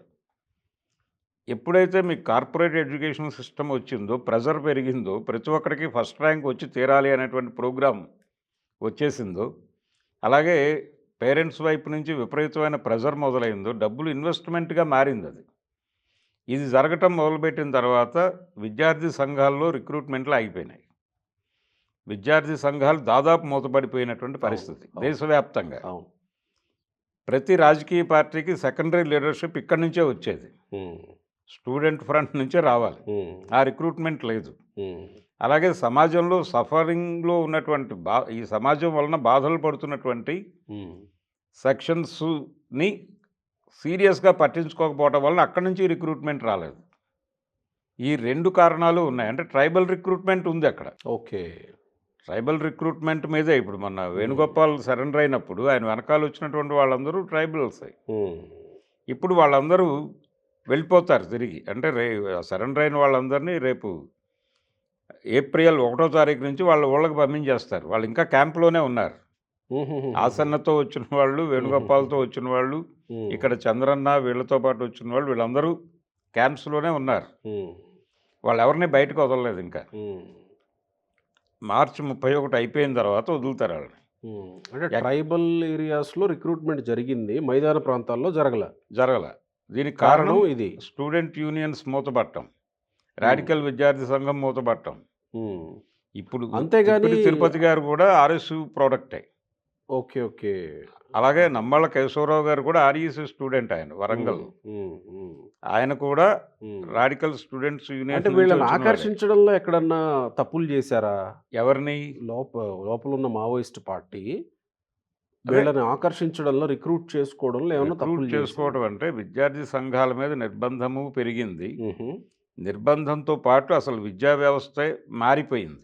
ఉహు, ఈ ప్రభావం కేవలం రాడికల్ విద్యార్థి సంఘం మాత్రమే కాదు. ఉహు, ఏఐఎస్ఎఫ్, ఎస్ఎఫ్ఐ, ఏబీవీపీ అన్నీ, డిఎస్ఓ ఇలా అనేక ఉండే, పీడిఎస్యు ఇవన్నీ ఫేస్ చేస్తున్నటువంటి సమస్యలే. ఉమ్.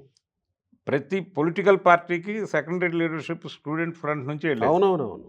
అది క్లోజ్ అయిపోయిన తర్వాత వారసులు రాక మొదలైంది అక్కడ. ఉమ్, ప్రతి రాజకీయ పార్టీలో ఎందుకు వారసులు వస్తున్నారు? అది కేవలం ప్రాంతీయ పార్టీలోనే కాదు, జాతీయ పార్టీల్లో కూడా వారసులే వస్తున్నారు. ఎందుకు వస్తున్నారు అంటే కార్పొరేట్ ఏరియాలోకి రాజకీయాలు వచ్చిన తర్వాత రాజకీయ వ్యాపారం తాలూకా ఆదాయాలు పెరిగినాయి. మీకు 90లకి ముందు ముఖ్యమంత్రులైన వాళ్ళు, మంత్రులైన వాళ్ళ ఆదాయాలు, వాళ్ళ ఆస్తులు చూస్తే ఈ రోజున 90 తర్వాత దేశంలో ఎక్కడైనా ముఖ్యమంత్రి అయిన వాళ్ళు, ప్రధానులైన వాళ్ళు, అధికారంలో ఉన్న వాళ్ళ ఆస్తులు, 90 తర్వాత అధికారంలోకి ఉన్న వాళ్ళ ఆస్తుల్ని చూస్తే ఈరోజు వాళ్ళు అసలు నథింగ్, అంతే కదా. ఏమీ కాదు వాళ్ళు. అవును, అవును. కాబట్టి ఎప్పుడైతే రాజకీయం వ్యాపారంగా మారిందో ఉమ్, వారసుల రాకలో ఉత్సాహం పెరిగింది. ఉమ్, అంటే వాళ్ళు అమెరికాలోనూ ఎక్కడో చదువుకుంటారు. ఉమ్, ఉమ్, ఆ చదువుకున్న దాని మీద ఇన్వెస్ట్మెంట్ బిజినెస్లోకి వెళ్ళట్లేదు వాళ్ళు. ఉమ్, దానికంటే ఇదే బాగుంది ఉమ్. అనేసి ఇక్కడికి వచ్చేసి తండ్రులు లేకపోతే తాతలో పెట్టినటువంటి పార్టీల్లోకి వచ్చేస్తున్నారు వీళ్ళు. ఇదొక నెరేటివ్ ఉంది ప్రపంచంలో. అంటే రిక్రూట్మెంట్ ఆగిపోవడానికి ఇవన్నీ కారణాలు. ఇవన్నీ కారణాలే. ఉమ్. ఇవన్నీ కారణాలు. రెండోది, ఏ సెక్షన్ నుంచి మీరు రిక్రూట్మెంట్ చేసుకోవాలో ఆ సెక్షన్స్లో మీరు లేకపోవడం కూడా కారణమే. అంటే నేను ఇందాకే చెప్పాను, ఉమ్, ఉమ్, ఈ అస్తిత్వవాద ఉద్యమాలు జరిగినప్పుడు ఉమ్, వాళ్ళని ఆర్గనైజ్ చేసుకోవటంలో ఒక ఫెయిల్యూర్ జరిగింది. వాళ్ళలో భరోసా నింపటంలో ఫెయిల్యూర్ జరిగింది. ఓకే, ఆ వైఫల్యం తాలూకా ప్రభావం కూడా ఉంది. ఓకే. ఇప్పటికీ మావోయిస్ట్ పార్టీ ముందున్నటువంటి ఒక అవకాశం ఉందా? ఉంది. ఓ, ఆ అవకాశం ఏమిటంటే ఆ, రాజ్యాంగ పరిరక్షణ. రాజ్యాంగాన్ని వాళ్ళు గంటకోసారి వైలేట్ చేస్తున్నారు. కాబట్టి రాజ్యాంగ పరిరక్షణ అనే మాట తీసుకుని రాజ్యాంగంని అడ్డం పెట్టుకుని బతుకుతున్నటువంటి సమూహాల్లోకి రిట్రీట్ అవ్వగలిగితే ఇప్పటికీ లైఫ్ ఉంది దానికి. మరి రాజ్యాంగ పరిరక్షణ అంటే ఆయుధాలు వదిలేయాలిగా మొదట. ఏది ఆయుధాలు అసలు వదిలేయాలి. ఆయుధం అనేది ఇష్యూ కాదండి. ఆయుధాలు లేవు కదా! ఇప్పుడు అడవు వీళ్ళు గ్రామాలకు తరలినప్పుడు ఆయుధాలు ఎక్కడున్నాయి దళాల చేతుల్లో? హ్మ్. గ్రామాలకు తరలండి అని గ్రామాలకి విద్యార్థులు తరలి ఎక్కడో వాళ్ళు డంప్ చేసుకొని వచ్చుండొచ్చేమో ఎక్కడా కదా. డంపులు లేవు. హ్మ్. కొండపల్లి సీతారామయ్య గారు పీపుల్స్ వార్ సిఓసి అని మొదలుపెట్టాడు ఆయన, సెంట్రల్ ఆర్గనైజింగ్ కమిటీ అని. హ్మ్. ఆయన ఉమ్మడి కమ్యూనిస్ట్ పార్టీ కృష్ణా జిల్లా సెక్రటరీగా ఉండి బయటకు వచ్చేసిన తర్వాత ఆయన కొంతకాలం రాజకీయాలు వదిలేసి తన ధోరణిలో తాను ఉన్నాడు. ఆయన కాజీపేటలో హిందీ టీచర్గా ఉద్యోగం చేసుకునేవాడు హ్యాపీగా. చేసుకుంటున్న టైంలో సత్యమూర్తి గారు అలాగే సీతారామయ్య గారి అబ్బాయి చంద్రశేఖర్ వీళ్ళు మళ్ళీ ఆయన్ని మూమెంట్లోకి తీసుకొచ్చారు. హుహు.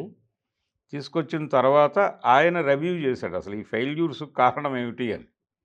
చారు మజుందార్ని రివ్యూ చేశాడు ఈయన.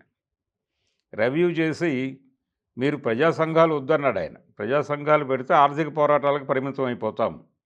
అధికారం అంటే రాజ్యాధికారం అనేటువంటి మన అంతిమ లక్ష్యానికి దూరం అయిపోతాం.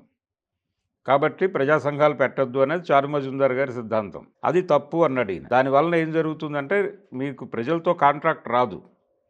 ప్రజలతో కాంట్రాక్ట్ రావాలంటే ఖచ్చితంగా ప్రజా సంఘాలు ఉండి తీరాలి అని రాడికల్ విద్యార్థి సంఘము, రాడికల్ యువజన సంఘము, విప్లవ రచయితల సంఘము ఇలాంటివన్నీ అలా ఫ్లోట్ చేసుకుంటూ వెళ్ళాడు ఈయన. రైతు కూలీ సంఘాలు ఇలా ఈ నిర్మాణాలన్నీ ఈ నాయకత్వంలో వచ్చినవే. అప్పుడు కూడా ఈయన్ని వ్యతిరేకించిన వాళ్ళు ఉన్నారు. హ్మ్.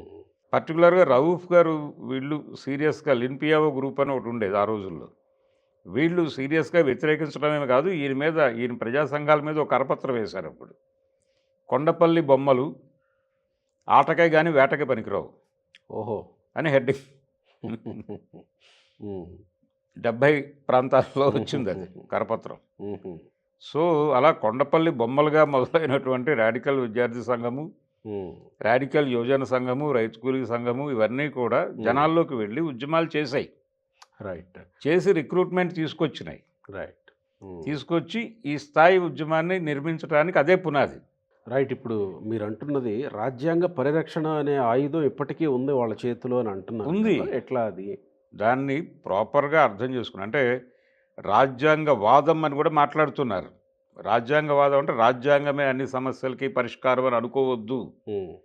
అని కూడా మాట్లాడారు. ఏది మావోయిస్టు శిబిరం నుంచి. అది కొంచెం ఇబ్బందికరం. అంటే మీరు ఎవరి దగ్గరికైతే వెళ్ళాలో, ఎవరైతే మిమ్మల్ని ఓన్ చేసుకోవాలో వాళ్ళకి మీకు ఒక చిన్న గోడ కడుతుంది అది. అందుకని ఇలాంటి ఆర్గ్యుమెంట్లు వద్దు. నేను ఇందాకే చెప్పాను చర్బన్ రాజు గారు ఆ రోజుల్లో రాసినటువంటి కవిత. ఈ దొంగల రాజ్యాంగం రచనేవో కుట్ర అని చాటండి అని రాశాడు ఆయన. ఇలాంటివి తప్పు. అంటే అంబేద్కర్ని రాజ్యాంగాన్ని పట్టించుకోవాల్సినటువంటి ఒక సందర్భం ఉంది. అంటే ఈ ఎన్నికల వ్యవస్థ ఇప్పుడు నాగిరెడ్డి గారు వీళ్ళందరూ ఆ రోజుల్లో పార్లమెంటు అసెంబ్లీలు పందుల దొడ్లు అన్నారు. ఆయన తాకట్లో భారతదేశము, ఆ తర్వాత చారు మజుందార్ గారు రాసినటువంటి 8 డాక్యుమెంట్సు, దేవులపల్లి వెంకటేశ్వరరావు గారి సాహిత్యము వీటన్నిటిలో కూడా అది కనిపిస్తుంది ఆ ధోరణి. బహిష్కరించండి బూటకపు అసెంబ్లీ పార్లమెంట్ ఎన్నికలను. ఆయన రిజైన్ చేశాడు కదా నాగిరెడ్డి గారు అసెంబ్లీలో తన సభ్యత్వానికి రాజీనామా చేస్తూ చెప్పినటువంటి మాట అది. పార్లమెంట్ అసెంబ్లీలు పందుల దొడ్లు అని. ఇలాంటి దూకుడు వ్యవహారం నడిచింది. ఓకే. అంటే ఎన్నికల వ్యవస్థే భ్రష్టు పట్టిపోయింది. దాన్ని కూడా వదిలేసి ఇప్పటికైనా సరే కాన్స్టిట్యూషన్ని బేస్ చేసుకుని పర్టికులర్గా ఇప్పుడు జీవించే హక్కు అనేది సర్వనాశనం అయిపోతుంది. ఆర్టికల్ 21. అలాగే వ్యక్తిగత ఆస్తి కలిగి ఉండేటువంటి హక్కు కూడా ధ్వంసం అయిపోతుంది భారతదేశంలో. కార్పొరేట్ సోషలిజం అనేటువంటి కాన్సెప్ట్ ఎమర్జ్ అవుతోంది. అంటే ప్రజలెవరికి వ్యక్తిగత ఆస్తులు వద్దు, మీరు కార్పొరేట్లకు అప్పచెప్పేయండి మీ ఆస్తుల్ని. కార్పొరేట్లు మిమ్మల్ని ఎక్కడో చోట ఫెసిలిటేట్ చేస్తాయి. ఇప్పుడు అక్కడ అమరావతిలో జరుగుతున్నటువంటి స్కీమ్ అదే. ఇండోసోల్ కరేడు. మీరు మీ భూములు మాకు అప్పచెప్పండి, మీకు 1200 గజాలు ఇస్తాం, ఏది రెసిడెన్షియల్ ఏరియా ఇస్తాం, ఆ తర్వాత మీకు నెలకింత అని చెప్పి కప్పం ఇస్తాం. ఇది కదా ప్రోగ్రాంలోకి తీసుకొచ్చేస్తున్నారు. దీన్నే కార్పొరేట్ సోషలిజం అంటారు. ఈ కార్పొరేట్ సోషలిజం యాంటీ కాన్స్టిట్యూషనల్. వీటి మీద మీరు ఫైట్ చేయండి. అలాగే కానీ కానీ ప్రజలు కోరుకుంటున్నారు కదా. ప్రజలు కోరుకుంటున్నారు. ఆ ఉమ్, ఏరియాలో లేరు వీళ్ళు. అది వేకేట్ చేసి వెళ్ళిపోయారు. రైట్. కాబట్టి వీళ్ళు వీళ్ళు లేకపోవడం వల్ల ప్రజల్లో ఆ భావనే లేదు అసలు. లేదు. ఉమ్, కాబట్టి ఉమ్, రిట్రీట్ అవ్వాలి. అంటే ఒక దశలో నిర్బంధం పెరిగినప్పుడు రిట్రీట్ అవ్వటానికి ఒక ఏరియా ఉంచుకోవాలని చెప్పేవాడు ఆయన, ఉహు, సీతారామయ్య గారు. ఉహు, ఆయన ఉన్న రోజుల్లో, ఆయన యాక్టివ్‌గా ఉన్న రోజుల్లో ఉమ్, ఆయన ఏం చెప్పేవాడంటే, ఉద్యమం నిర్బంధానికి గురి కాదు అనుకోవడం తప్పు. మనం చాలా సఫరింగ్ ఎదుర్కోవాల్సి ఉంటుంది. తీవ్రమైన నిర్బంధం మనం అసలు అడుగు తీసి అడుగు వేయలేని పరిస్థితి డెఫినెట్‌గా వస్తుంది. వచ్చినప్పుడు దాక్కోవడానికి ఒక ప్లేస్ దాచుకోండి. ఉమ్, నల్లమల ఓపెన్ చేయకండి. ఉమ్, నల్లమల ఓపెన్ చేయకుండా వదిలేస్తే తెలంగాణలోను, దండకారణ్యంలోనూ ఇబ్బందులు ఎదురైనప్పుడు వచ్చి దాక్కోవడానికి ఇది ఉంటుంది అనే పద్ధతిలో ఒక సూచన చేసినప్పటికీ, తెలంగాణ నుంచి మనం ఎందుకు రిట్రీట్ అవుతాం, దండకారణ్యం నుంచి మనం ఎందుకు రిట్రీట్ అవుతాం, ఈయన కొంచెం ఎక్కువ ఆలోచిస్తున్నాడు అన్న ధోరణిలో నడిచిన తర్వాత, నిజానికి ఆ రిట్రీట్ అవ్వాల్సిన పరిస్థితి వచ్చినప్పుడు తొక్కిసలాట జరుగుతోంది ఇప్పుడు. ఆ తొక్కిసలాటని చూస్తున్నాం మనం. ఈ తొక్కిసలాటలో మొన్న 50 మంది ఛత్తీస్గఢ్ నుంచి యువతలకి వచ్చి, యువతల ఎలా ఎలా బయటికి రావాలో అర్థం కాని పరిస్థితిలో ఒక గందరగోళానికి గురై నెమ్మదిగా అరెస్టులు జరిగి, నిన్న మనం చూసినటువంటి సరెండర్ ప్రోగ్రామ్ అదే. వాళ్ళని అరెస్ట్ చేశారు ముందు.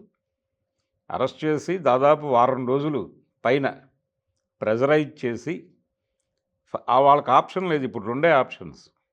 గతంలో మీరు లొంగిపోతారా లేకపోతే కోర్టుకు పెట్టమంటారా అనేది ఆప్షన్గా ఉండేది. కేసులు పెట్టి లోపల వేసేవాళ్ళు. ఇప్పుడు సీతారామయ్య గారిని 2 సార్లు అరెస్ట్ చేసినా కానీ ఆయన మీద కేసులు పెట్టి జైల్లో పెట్టారు కదా. ఎన్టీ రామారావు గారు 94లో గెలిచినప్పుడు ఆయన రిలీజ్ చేయమన్నాడు. ఎన్టీఆర్ గెలవకపోతే ఆయన బయటకు వచ్చి ఉండేవాడు కాదేమో. అలాంటి పరిస్థితి ఉండేది. ఇప్పుడు అది కాదు సినిమా. ఇప్పుడు పరిస్థితి ఏంటంటే చాలా స్పష్టంగా మీరు సరెండర్ అవుతారా, అదృశ్యం అయిపోతారా చెప్పండి అంటున్నారు. అదృశ్యం. అదృశ్యమే. కాబట్టి వీళ్ళు అదృశ్యం కావటం కన్నా కూడా సరెండర్ అవ్వటమే బెటర్ అనుకుని సరెండర్ అయ్యారు. మరి ఇప్పుడు అందుకనే నిన్న ఆయన మాటలు మీరు వినుంటారు. నిన్న తిప్పిరి తిరుపతి మాట్లాడాడు అవును, మీడియాతో. అవును, విన్నాను, విన్నాను. ఆయన ఇప్పుడు మీరు అడిగేటువంటి ప్రశ్నలన్నిటికీ నేను వివరంగా సమాధానాలు చెప్పే పరిస్థితుల్లో లేను అన్నాడు ముందు. అవును. అని ఇప్పుడు నేను ఏం చెప్తున్నానో మీరు అర్థం చేసుకోండి అన్నాడు.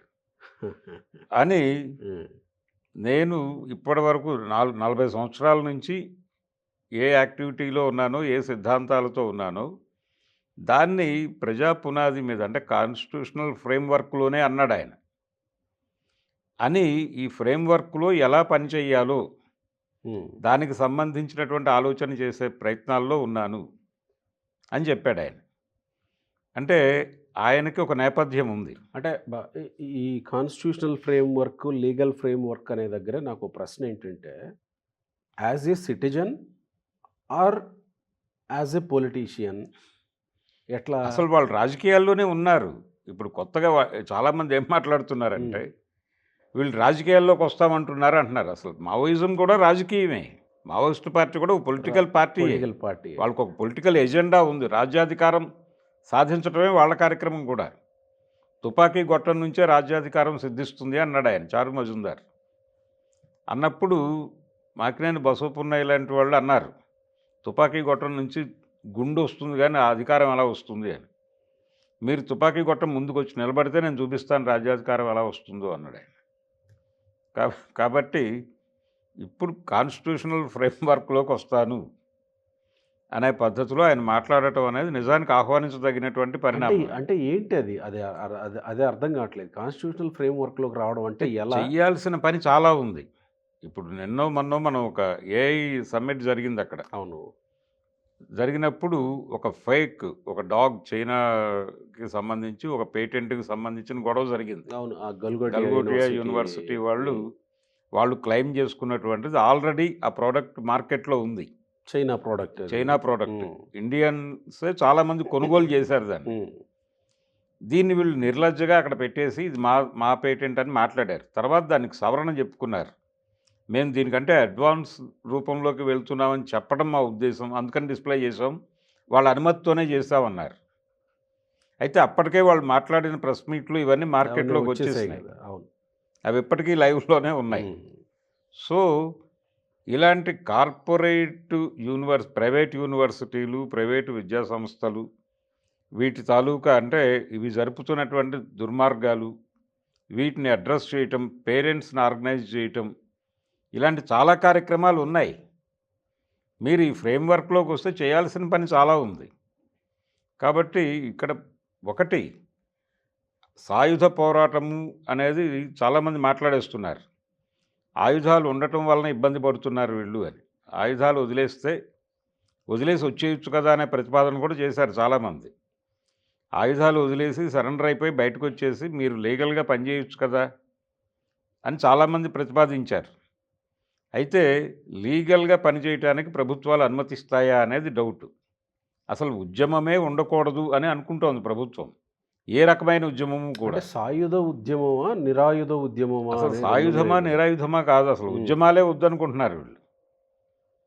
ఎందుకంటే నాకొక పర్సనల్ ఎక్స్‌పీరియన్స్ ఉంది ఈ మధ్య కాలంలో హ్మ్. ప్రభుత్వంతోనే. హ్మ్. ఆంధ్రప్రదేశ్ ప్రభుత్వంతో. అంటే మేము రాడికల్ విద్యార్థి సంఘం 50 ఏళ్ల సందర్భంగా గుంటూరులో మీటింగ్ పెట్టాం. ఒక 7, 8 నెలల క్రితం. పెట్టినప్పుడు అది మొదట మామూలుగానే మేము అక్కడ హాల్ బుక్ చేసుకున్నాం. హాల్‌కి పర్మిషన్ అక్కర్లేదు. ఎన్‌జీఓ హోమ్ బుక్ చేసాం. దానికి పర్మిషన్ అక్కర్లేదు లీగల్‌గా. కానీ కరపత్రాలు బయట డిస్ట్రిబ్యూషన్‌కి వెళ్ళగానే వాళ్ళు అలర్ట్ అయ్యారు. పోలీసు వారు. అలర్ట్ అయిపోయి చర్చలకు పిలిచారు. చర్చలకి పిలిచి మీరు మీ కరపత్రంలో మావోయిస్ట్ అనేటువంటి పదం వాడరాదు. రాడికల్ అనేటువంటి పదం వాడకూడదు. ఇలా 100 నిబంధనలు చెప్పారు. నేను వాటిని ఆమోదించాను. ఆమోదించి అవి తీసేసి మళ్ళీ ప్రింట్ ఇచ్చాను వాళ్ళకి.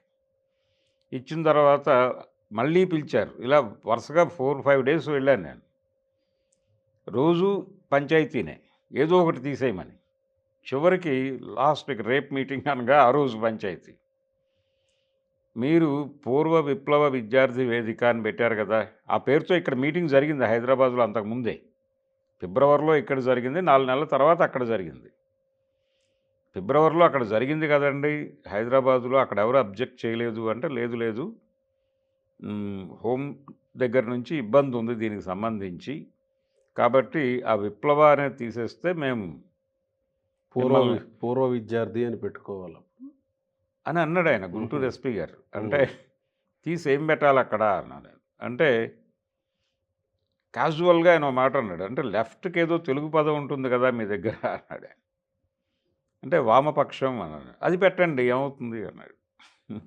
అంటే పూర్వ వామపక్ష విద్యార్థి వేదిక అంటే మాకు అభ్యంతరం లేదు. మీరు మీటింగ్ పెట్టేసుకోండి అని సిద్ధాంతం. సరే మీటింగ్ జరపడం కోసం ఓకే అన్నాను.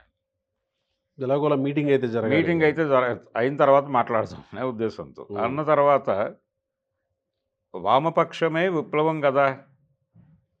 మీరు ఆ అబ్బా! పదానికి ఈ పదం ఎలా రీప్లేస్‌మెంట్ అనుకుంటారు? భావజాలం. హ్మ్. వామపక్ష భావజాలమే విప్లవానికి హ్మ్. దారితీస్తుంది. మీరు హ్మ్. దీనికి అది రీప్లేస్‌మెంట్ అని ఎలా అనుకుంటున్నారంటే, హ్మ్. నాకవన్నీ అనవసరం అండి. పైనుంచి వచ్చిన దాని ప్రకారం వెళ్ళిపోవటమే. అంతకు మించి నేను వేరే ఆలోచించటం లేదన్నాడు. హ్మ్. అంటే వామపక్షం అనేది కొంచెం సాఫ్ట్‌గా అనిపిస్తే, విప్లవం అనేది కాస్త ఎర్రగా అనిపిస్తది. ఆ హ్మ్. కండిషన్‌లో ఉంది ప్రపంచం. హ్మ్. కాబట్టి ఇక్కడ బయటకొచ్చిన తర్వాత ఉద్యమాలని ఆమోదిస్తారు, అనుమతిస్తారు అనేది కూడా ఇబ్బందే. హ్మ్. ఇప్పుడు తిరుపతి గారు నేను కాన్స్టిట్యూషనల్ ఫ్రేమ్‌వర్క్‌లో పనిచేస్తాను అన్నాడాయన. ఈ పని మొదలైనప్పుడు ఇబ్బంది ఉండకపోవచ్చు. కానీ ఇది సీరియస్ క్వెషన్‌గా మారుతుంది. మారినప్పుడు మళ్ళీ నిర్బంధం వస్తుంది. రాదు అనేటువంటి గ్యారంటీ లేదు. కాబట్టి ఉద్యమాలు జరగవలసిన అవసరం ఉంది. సీరియస్‌గా జరగవలసిన అవసరం ఉంది. ఏ సమూహాల్లోకి రిట్రీట్ అవ్వాలో ఆ సమూహాల్లోకి రిట్రీట్ అవ్వాలి.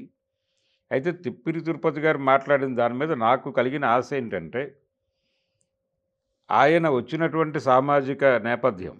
ఆయన దళితుడు. ఆయన ఆయన రేపు ఈ ఉద్యమంలోకి వచ్చినటువంటి అగ్రకులాల వాళ్ళకి ఒక వెసులుబాటు ఉంది. వాళ్ళు సరెండర్ అయిపోయిన తర్వాత వాళ్ళ పర్సనల్ లైఫ్‌లోకి వెళ్ళిపోగలరు వాళ్ళు హ్యాపీగా. అంటే కాంట్రాక్టర్‌లో లేకపోతే జాబ్స్‌లోకో మరొక దీనిలోకో వాళ్ళు వెళ్ళిపోవటానికి ఒక ప్యాసేజ్ ఉంటుంది. కానీ దళితులకి, ఆదివాసీలకి ఆ అవకాశం ఉండదు.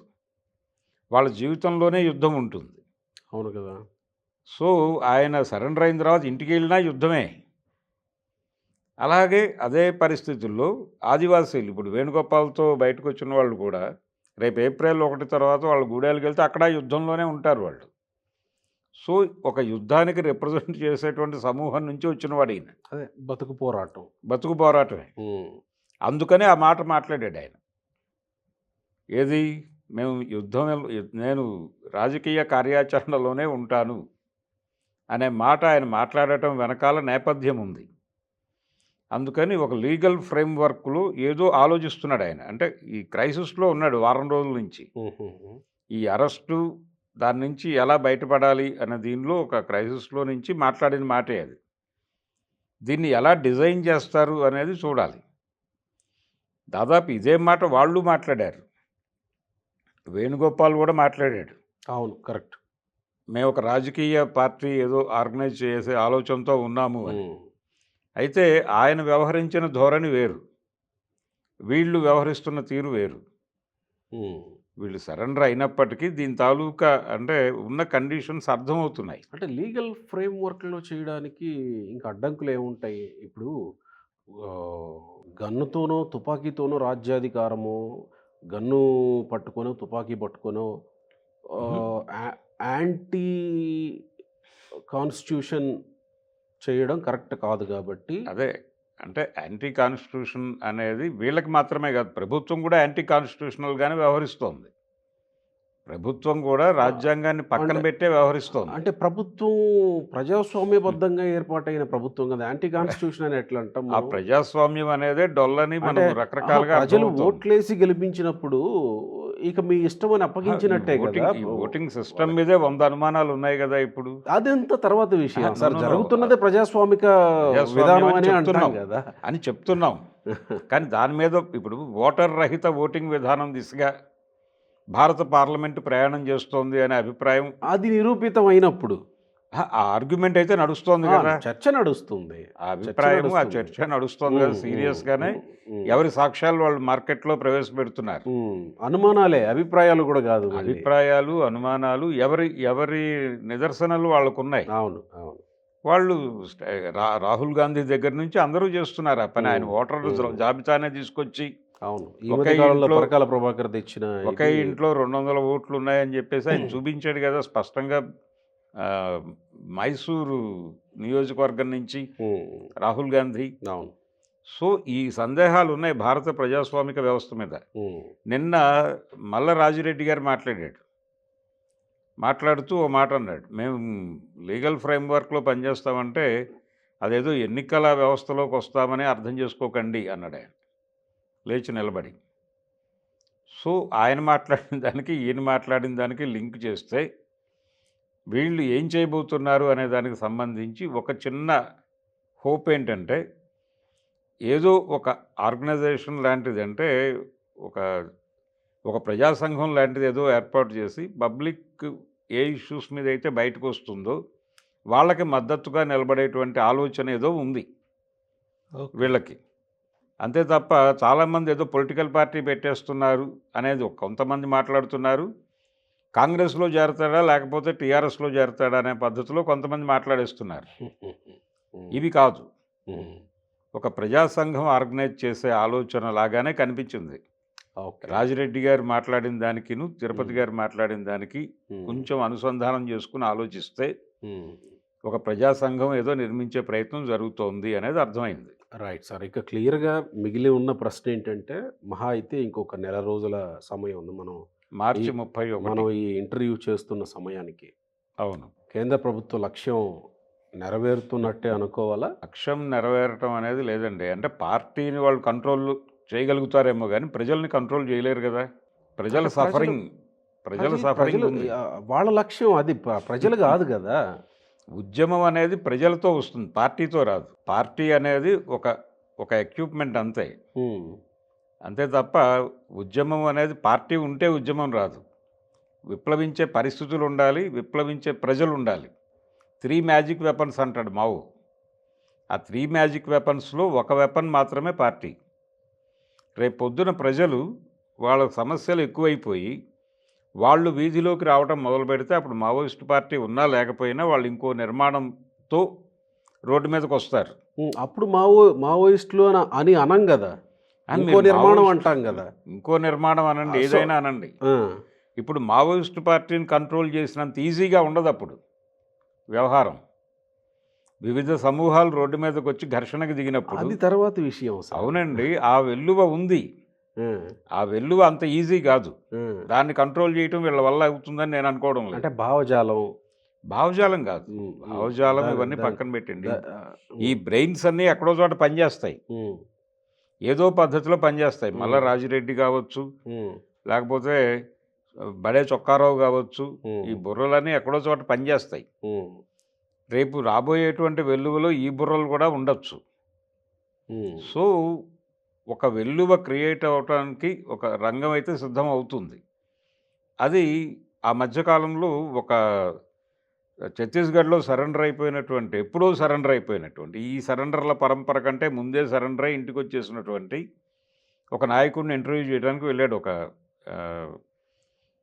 ఎన్డీటీవీకి చెందినటువంటి ఒక రిపోర్టర్. వెడితే ఏంటి పరిస్థితి అని అడిగాడు ఇతను వెళ్ళి. అడిగితే అతను చెప్పాడు, నేను అనారోగ్యంతో వచ్చేసాను, సరే ఇక్కడేదో చూస్తున్నాను, పార్టీ సరెండర్లు జరుగుతున్నాయి, అది కూడా చూస్తున్నాను. సరే పార్టీకి సంబంధించి కాన్సన్ట్రేట్ చేసి ఏదో చేస్తున్నారు వాళ్ళు, ఇది జరుగుతుంది. కానీ నేను ఇక్కడికి వచ్చేసాను, ఊరికి వచ్చేసిన తర్వాత ఇక్కడ పరిస్థితులు కూడా బాలేవు. ఈ జనాలు కూడా ఏదో పద్ధతిలో ఘర్షణ పడాలని మాట్లాడుకోవటం నేను వింటున్నాను, చూస్తున్నాను. కానీ ఈ వెల్లువ మొదలైతే దీన్ని తట్టుకోవటం వీళ్ళ వల్ల అవుతుందని నేను అనుకోవడం లేదు అన్నాడు ఆయన. అంటే ఇది ప్రజాస్వామికం అవుతుంది కదా. ప్రజాస్వామికమైన ఏదైనా ఇప్పుడు ప్రజాస్వామికంగా వీళ్ళు తిరగబడినప్పుడు దీన్ని అణచడానికి వాళ్ళు సైన్యాన్ని వాడినప్పుడు అనివార్యంగా సైన్యాన్ని ఎదిరించడానికి అప్పుడు ఆయుధాలు అవసరం అవుతాయి మళ్ళీ. అందుకని ఆయుధమా కాదా అన్నది కాదు, పోరాటం ఉంటుందా లేదా అన్నదే ప్రశ్న. అది సాయుధ పోరాటమా కాదా అన్నది పక్కన పెట్టేసి పోరాటం అనేది ఉంటుందా ఉండదా అంటే ఈ పదం విషయంలో సరే, పోరాటం ఐడియాలజీ పక్కన పెడదాం. ఈ పదం విషయంలో మార్చి 31కి అని పెట్టుకున్న లక్ష్యం అదేమి ఊరికనే ఆ రోజున వెంగళరావు గారు ఎలాగైతే సంతృప్తి పడ్డాడో అలాంటి సంతృప్తే పొందుతాడు అమిత్ షా గారు కూడా. అంతకు మించి ఏమీ ఉండదు. Right sir. Thank you. Thank you.